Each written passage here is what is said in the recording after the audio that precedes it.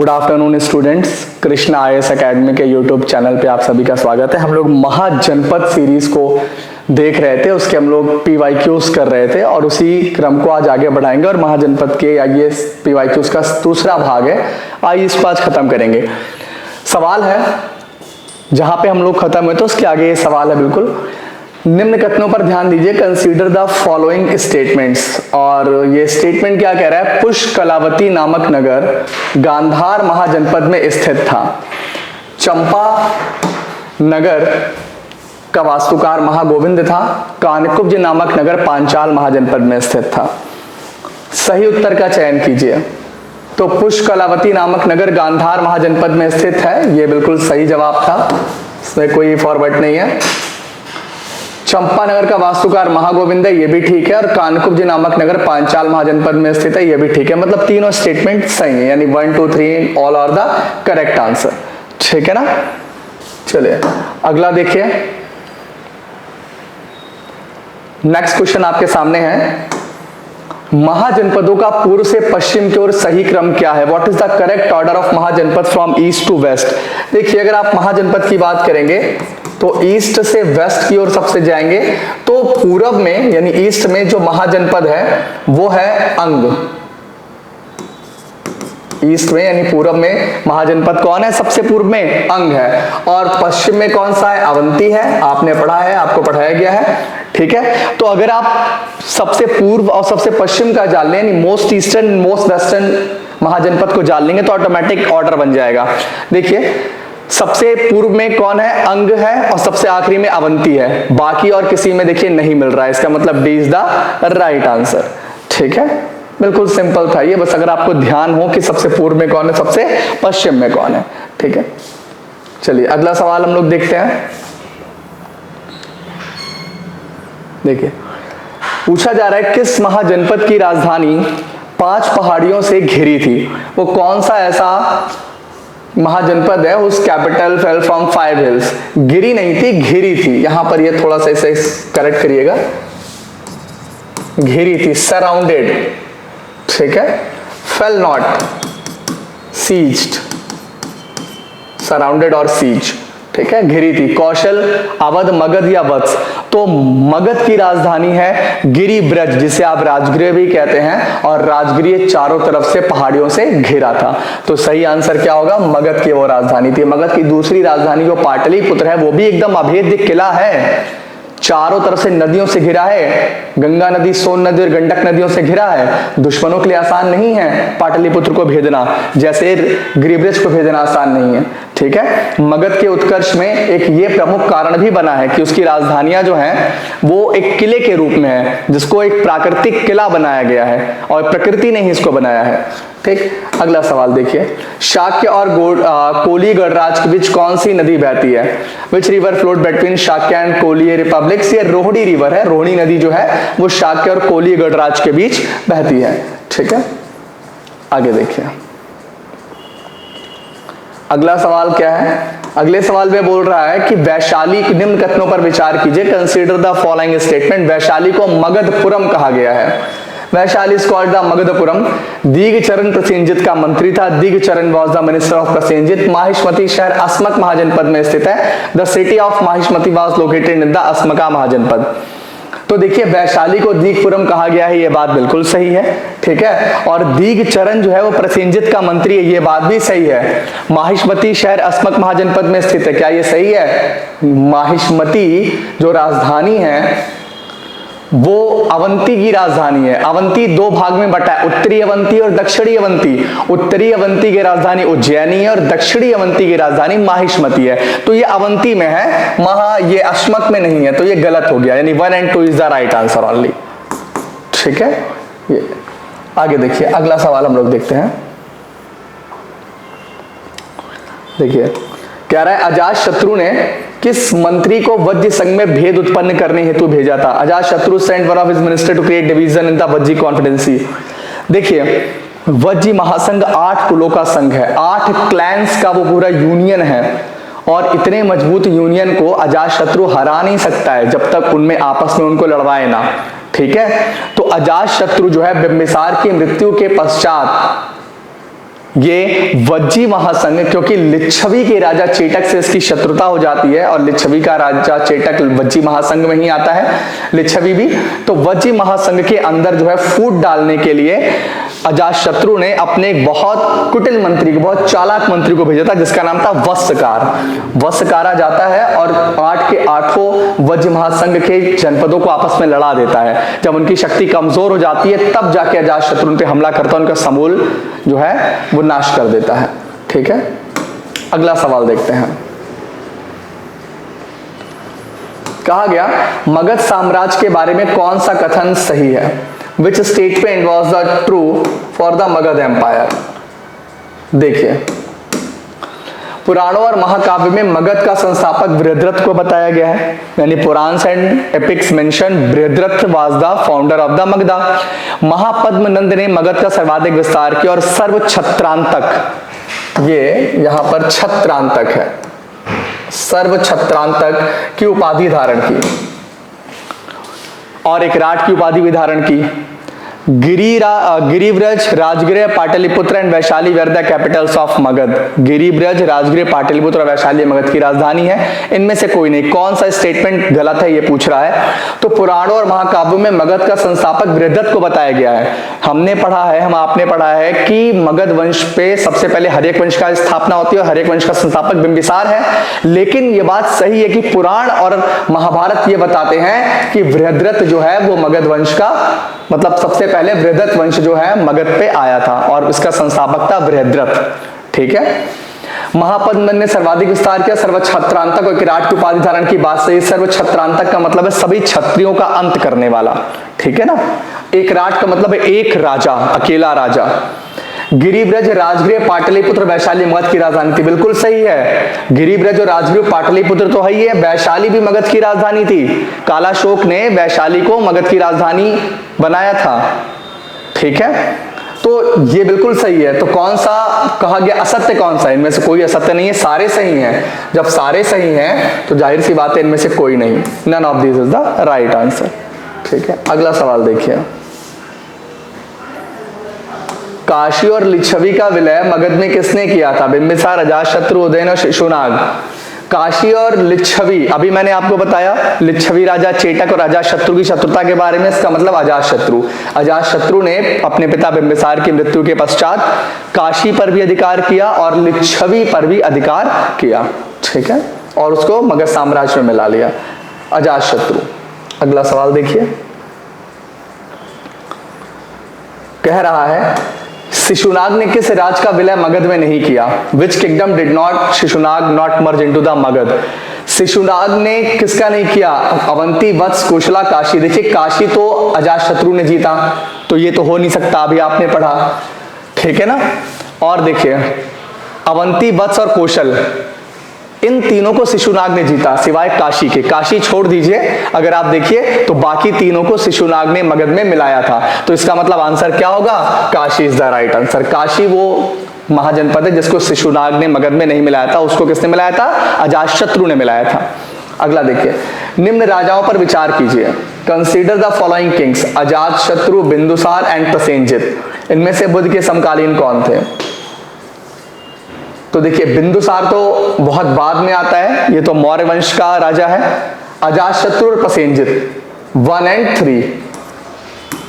3, Ajatashatru and Prasenjit. ठीक है, प्रसेनजित कौशल का राजा है, अजातशत्रु मगध का राजा है। चलिए नेक्स्ट क्वेश्चन है, भारत में सिक्कों यानी मुद्रा का प्रचलन कब हुआ? अशोक के समय, कनिष्क के समय, 600 BC और 300 BC। ये 600 BC में शुरू हुआ था। ठीक है, भारत में सिक्कों या मुद्रों का प्रचलन 600 BC में शुरू हुआ था। अगला सवाल देखिए, पहले ईरानी शासक जिसने कुछ भारतीय भागों को अपने अधीन किया था, the first Irani ruler who conquer some part of India was Cyrus, Darius, Menander, Demetrius. ईरानी शासक की बात कर रहा है आपके सामने। ठीक है, तो मिनांडर तो ईरानी है नहीं, ये तो इंडो ग्रीक है। डेमेट्रियस भी इंडो ग्रीक में आ जाएगा। ठीक है, तो बचा कौन? साइरस और डेरियस। तो डेरियस वो पहला शासक था ईरान का जिसने भारत के कुछ क्षेत्रों को जीत लिया था। अगला सवाल देखिए, सिकंदर में भारत की सफलता के कारण क्या थे? पूछ रहा है the reason of for Alexander success in the India where. There was no central power in India at his time, उसके समय में भारत में कोई केंद्रीय सत्ता नहीं थी, उसकी सेना से, ये बात बिल्कुल सही है। जब सिकंदर ने आक्रमण किया, भारत में क्या कोई मतलब सेंट्रलाइज पावर थी? नहीं थी। उसकी सेना श्रेष्ठ थी? बिल्कुल उसकी सेना श्रेष्ठ थी, बहुत अच्छी सेना थी उसकी।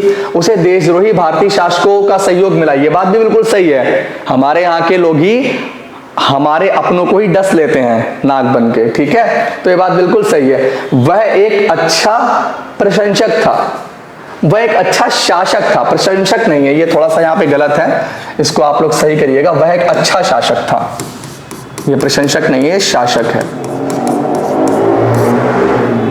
ठीक है, एडमायरर नहीं है। वॉज अ गुड रूलर, वह अच्छा शासक था, प्रिंटिंग मिस्टेक है, ठीक है। तो बिल्कुल चारों स्टेटमेंट सही है, 1 2 3 एंड 4 बिल्कुल सही, चारों बात सही है, ठीक है। अगला क्वेश्चन देखिए, निम्नलिखित में से कौन कौन से भारत पर ईरानी आक्रमण के प्रभाव के रूप में जाना जाता है? Which of the following are known as the effect of the Iranian invasion of India? Kharosthi लिपि का प्रचार क्या ईरानी आक्रमण का प्रभाव है? ईरानी के आक्रमण के बाद खरोष्ठी लिपि का प्रचार हुआ, हाँ ठीक है, सही है। अभिलेख उत्कीर्ण ना करने की कला का प्रचार, अभिलेख उत्कीर्ण करने की कला का प्रचार, ये थोड़ा सा यहां पर ना वाला नहीं है, ठीक है, ये बात भी सही है। ईरानियन छत्रप प्रणाली का प्रचार, ये बात भी सही है, छत्रप कहा जाता था। घंटा आकार के गुंबज की कला का प्रचार, बिल्कुल सही। स्त्री अंगरक्षकों की नियुक्ति, बिल्कुल सही। मतलब ये सारे स्टेटमेंट आप देखिए, सारे स्टेटमेंट सही है, यानी 1 2 3 and 1 2 3 4 and 5 all statement are the true. यानी ईरानी आक्रमण जब हुआ तो ये सारे परिवर्तन भारत में देखे गए प्रभाव के रूप में, ठीक है। अगला सवाल देखिए, कह रहा है कौन सा एक सिकंदर के आक्रमण का प्रभाव नहीं था? देखिए सारे PYQs हैं जो आपको अलग अलग एग्जाम में बहुत सहायता देंगे, ठीक है, ध्यान रखिएगा। कौन सा सिकंदर के आक्रमण का प्रभाव नहीं था? Which one of the following was not effect of the Alexander invasion? इस आक्रमण ने भारत और यूनान के बीच प्रत्यक्ष संपर्क स्थापित किया। This invasion established direct contact between India and Greece, बिल्कुल एक बढ़िया संबंध स्थापित हुआ। बाद में आप देखिए सेल्यूकस निकेटर की पुत्री और चंद्रगुप्त मौर्य के बीच संबंध बनता है, हिंदू कुश रेंज यानी हिंदू कुश पर्वत श्रेणी को बॉर्डर लाइन बनाया जाता है। तो ये बात बिल्कुल है कि संबंध स्थापित हो गया था, ये तो सही है, फर्स्ट इज ट्रू। इस आक्रमण ने पश्चिमोत्तर भारत में यूनानियों की स्थापना का मार्ग प्रशस्त किया, बिल्कुल बात सही है। नॉर्थ वेस्ट इंडिया में अब यूनानी आकर अधिकार कर लेते थे, ये बात बिल्कुल सही है, second is the right answer. जैसे कि मेनांडर आया था, ठीक है। सिकंदर अनेक उपनिवेशों की स्थापना के लिए उत्तरदायी था, बिल्कुल। Alexander was responsible for the establishment of many colonies, Sikandar ने बहुत सारे उपनिवेश बनवा दिए थे। उसने भारत को यूनान की रियासत बनाया। He made India Greek principality, गलत है, ये गलत है, ऐसा नहीं था, ठीक है। तो कौन सा प्रभाव नहीं था ये पूछ रहा है, तो डी वाला प्रभाव नहीं था, इसलिए हमारे जो सही आंसर आएगा वो कौन सा होगा? D is the right answer. उसने रियासत नहीं बनाया था, ठीक है। चलिए अगला देखते हैं, बड़ा अच्छा सवाल है। किसे सेनिया यानी नियमित और स्थायी सेना रखने वाला कहा गया है? Bimbisara, Mahapadmananda, Ajatashatru, Chanda Pradyota. Who called a सेनिया, किसे कहा गया है सेनिया? Who maintain a regular army? Mahapadmananda. कौन है? सब मगध का सबसे शक्तिशाली राजा महापद्मनंद को कहा गया है, ठीक है। चलिए अगला सवाल देखते हैं। उग्रसेन यानी भयानक सेना का स्वामी किसे कहा गया है? इसे भी who called the Ugrasena, Mahapadmananda को ही भयानक सेना का स्वामी यानी उग्रसेन कहा गया है, ठीक है। अगला सवाल देखते हैं। देखिए डेरियस, अभी हम लोगों ने पढ़ा था कि इसने किस सबसे पहले आक्रमण किसका हुआ? तो डेरियस का हुआ। तो डेरियस का देखिए आ गया स्टेटमेंट। उसने 516 BC में सिंधु के तटवर्ती क्षेत्र को जीतकर उसे ईरान का 20वां प्रांत बनाया। इन 516 BC he conquered the Indus river basin and Mediterranean 20, तो बिल्कुल सही उसने बनाया था। उससे सिंधु क्षेत्र से 360 टैलेंट राजस्व प्राप्त होता था, बिल्कुल होता था, ये बात भी सही है। यह ईरान के खमनी वंश का शासक था डेरियस, बिल्कुल ये ईरान के खमनी वंश का शासक था, यानी सारे स्टेटमेंट सही है। 1 2 and 3 is the right answer, ठीक है।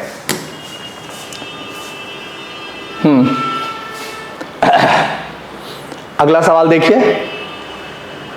निम्न में से कौन सिकंदर के साथ भारत आने वाला इतिहासकार नहीं था? Which of the following was not a historian who accompanied Alexander to India? Nearchus, Onesicritus, Aristobulus या हेरोडोटस?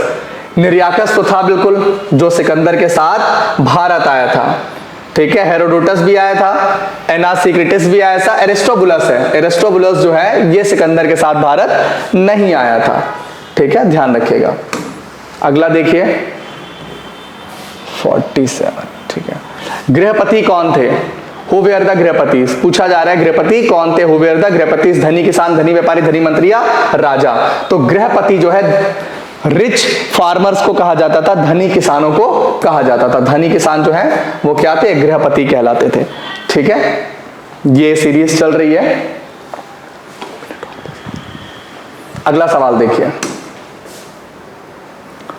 किसके समय में वैशाली में दूसरी बौद्ध संगीति का आयोजन किया गया? 4 बौद्ध संगीति होती है अलग अलग समय काल में, और वैशाली में जो दूसरी बौद्ध संगीति हो रही है, कालाशोक, शिशुनाग, नंदिवर्धन या अशोका, तो दूसरी बौद्ध संगीति किसके समय में हो रही है? शिशुनाग, अशोक के समय में तो होगी नहीं, नंदिवर्धन के समय में भी नहीं होगी। अब कालाशोक और शिशुनाग इन दोनों में है, तो कालाशोक के समय में, किसके समय में? कालाशोक के समय में दूसरी बौद्ध संगीति हो रही है, ध्यान रखिएगा, ठीक है। चलिए अगला देखिए, सिकंदर की मृत्यु कब हुई थी? बहुत कॉमन सा सवाल है। 323 बीसी, 323 बीसी में बेबीलोन में सिकंदर की मृत्यु हो गई थी, ठीक है। अगला सवाल देखिए, किस मृदभांड को भारत में द्वितीय नगरीकरण के प्रारंभ का प्रतीक माना जाता है? बहुत अच्छा सवाल है। Which pot is considered a symbol of the beginning of the second urbanisation in India? गेरू रंग वाले यानी ochre coloured pottery, painted grey ware, northern black polish ware, black and red ware. ये पॉलिश है, ये पुलिस नहीं है, इसको थोड़ा सा करेक्ट करिएगा, यहाँ भी टाइपिंग मिस्टेक है, ये पॉलिश है, ठीक है, पॉलिश वेयर है, ये पुलिस बर्तन नहीं है, ये पॉलिश बर्तन है, पॉलिश बर्तन है, ठीक है। तो इसमें अगर आप सही जवाब ढूंढेंगे तो ये बिल्कुल northern black and polish ware, यही वाला सही जवाब है। उत्तरी काले और पॉलिश बर्तन जो है, इन्हें ही सेकंड अर्बनाइजेशन कहा गया था, द्वितीय नगरीकरण का प्रारंभ माना जाता है। चलिए देखिए, अगला सवाल है, अजातशत्रु के संबंध में गलत कथन का चयन कीजिए। Select the incorrect statement regarding the Ajatashatru. Ajatashatru ने अवंती की विजय की थी, अजातशत्रु ने कौशल की राजकुमारी वाजिरा से विवाह किया था, ये बात सही है। अजातशत्रु जो बिंबिसार का बेटा है, उसने कौशल की राजकुमारी वाजिरा से विवाह किया था। देखिए, जब बिंबिसार की हत्या अजातशत्रु ही करता है, यानी बिंबिसार की हत्या उसका बेटा अजातशत्रु ही कर रहा है, और जब अजातशत्रु अपने पिता की हत्या कर देता है तो इस सदमे से बिंबिसार की पत्नी महाकोशला की डेथ हो जाती है। महाकोशला कौन है? प्रसेनजित की बहन है, ठीक है। और इसीलिए प्रसेनजित और अजातशत्रु में थोड़ा सा लड़ाई छिड़ जाती है काशी के मुद्दे पे। प्रसेनजित ने बिंबिसार को दहेज में काशी दिया था, तो अजातशत्रु ने अपने पिता को मार दिया, तो बिंबिसार ने काशी वापस ले लिया, और इसी मुद्दे पर बिंबिसार और अजातशत्रु का युद्ध हो जाता है। बाद में अजातशत्रु और वाजिरा के बीच प्रेम संबंध स्थापित हो जाता है, और अजातशत्रु की शादी वाजिरा से हो जाती है, ठीक है। तो ये स्टेटमेंट तो ठीक है। जैन धर्म में अजातशत्रु कुड़िक कहा गया, बिल्कुल सही है। अजातशत्रु ने वज्जी महासंघ को तबाह किया, ये आप अभी पहले भी पढ़ चुके हैं। 3 स्टेटमेंट सही है। अवंती की विजय अजातशत्रु ने नहीं की थी, आप पढ़े हैं, इसका मतलब यही गलत है। ए इज द रॉन्ग आंसर। तो हमारा सही आंसर क्या होगा? ए, अजातशत्रु ने अवंती की विजय नहीं करी थी। अगला क्वेश्चन देखते हैं, नंद वंशीय शासक किस धर्म के अनुयायी थे? देखिए, नंद वंश के शासक जो हैं ये जैन धर्म के अनुयायी थे, और कलिंग राजा खारवेल के अभिलेख में इस बात का वर्णन भी मिलता है कि नंद राजा कोई आया था कलिंग में, जिसने कलिंग में एक नहर खुदवाई थी, और इसके साथ साथ उसने क्या किया था? कलिंग से जैन मुनि आचार्य जिन सेन की प्रतिमा को उठाकर वो ले गया था। इस बात से सिद्ध होता है कि जो नंद राजा थे वो जैन मतावलंबी थे, ठीक है, जैन के फॉलोवर थे। अगला सवाल है, महाशिलाकंटक और रथ मूसल का प्रयोग किस शासक ने किया था? महाशिलाकंटक और रथ मूसल वो वही है जो आपने बाहुबली पिक्चर में देखा होगा। महाशिलाकंटक वो एक बड़ा बड़ा पत्थर जो रखा जाता है, फिर डोरी काट दी जाती है तो उड़ के जाता है, और एक भल्लाल देव जिसको चलाता है, आगे चक्र से चलता रहता है, ठीक है ना। तो वो है महाशिलाकंटक और रथ मूसल। तो इसका प्रयोग सबसे पहले अजातशत्रु ने किया था, किसके खिलाफ? वज्र संघ के खिलाफ। जब वत्सकार, आप पढ़ चुके, अभी मैंने आपको बताया, वत्सकार जब गया था वज्र संघ में, उसने फूट डाली, उनको आपस में लड़ाया, उसके बाद अजातशत्रु इतने भारी भयंकर हथियारों के साथ पहुंचा और पूरे वज्र संघ को तबाह कर डाला। ठीक है, ये सब पढ़ा चुके हैं आपको। सवाल देखिए, कह रहा है निम्नलिखित कथनों पर विचार कीजिए, कंसीडर द फॉलोइंग स्टेटमेंट। अभिमुक्ता क्षेत्र अभिधान काशी को कहा गया है, बिल्कुल सही, काशी को ही कहा गया है। वत्स जनपद की राजधानी बौद्ध और जैन दोनों धर्म का केंद्र थी। वत्स जनपद की राजधानी क्या थी? कौशाम्बी। और सच में कौशाम्बी बौद्ध और जैन दोनों धर्म को केंद्र थी, बात सही है। श्रावस्ती यमुना नदी के किनारे स्थित था। श्रावस्ती जो कौशल की राजधानी है वो यमुना नदी किनारे स्थित है, ये कहा जा रहा है, ये बिल्कुल गलत है। श्रावस्ती जो है वो अचिरावती नदी के किनारे स्थित है। कौन सी नदी? अचिरावती नदी, जिसे आप राप्ती नदी भी कहते हैं। राप्ती नदी किनारे स्थित है, यमुना के किनारे नहीं, यानी first and second is the right answer, 1 and 2 is the right answer. ठीक है, एंड इसके बाद 2 स्लाइड और है, देखते हैं इसको।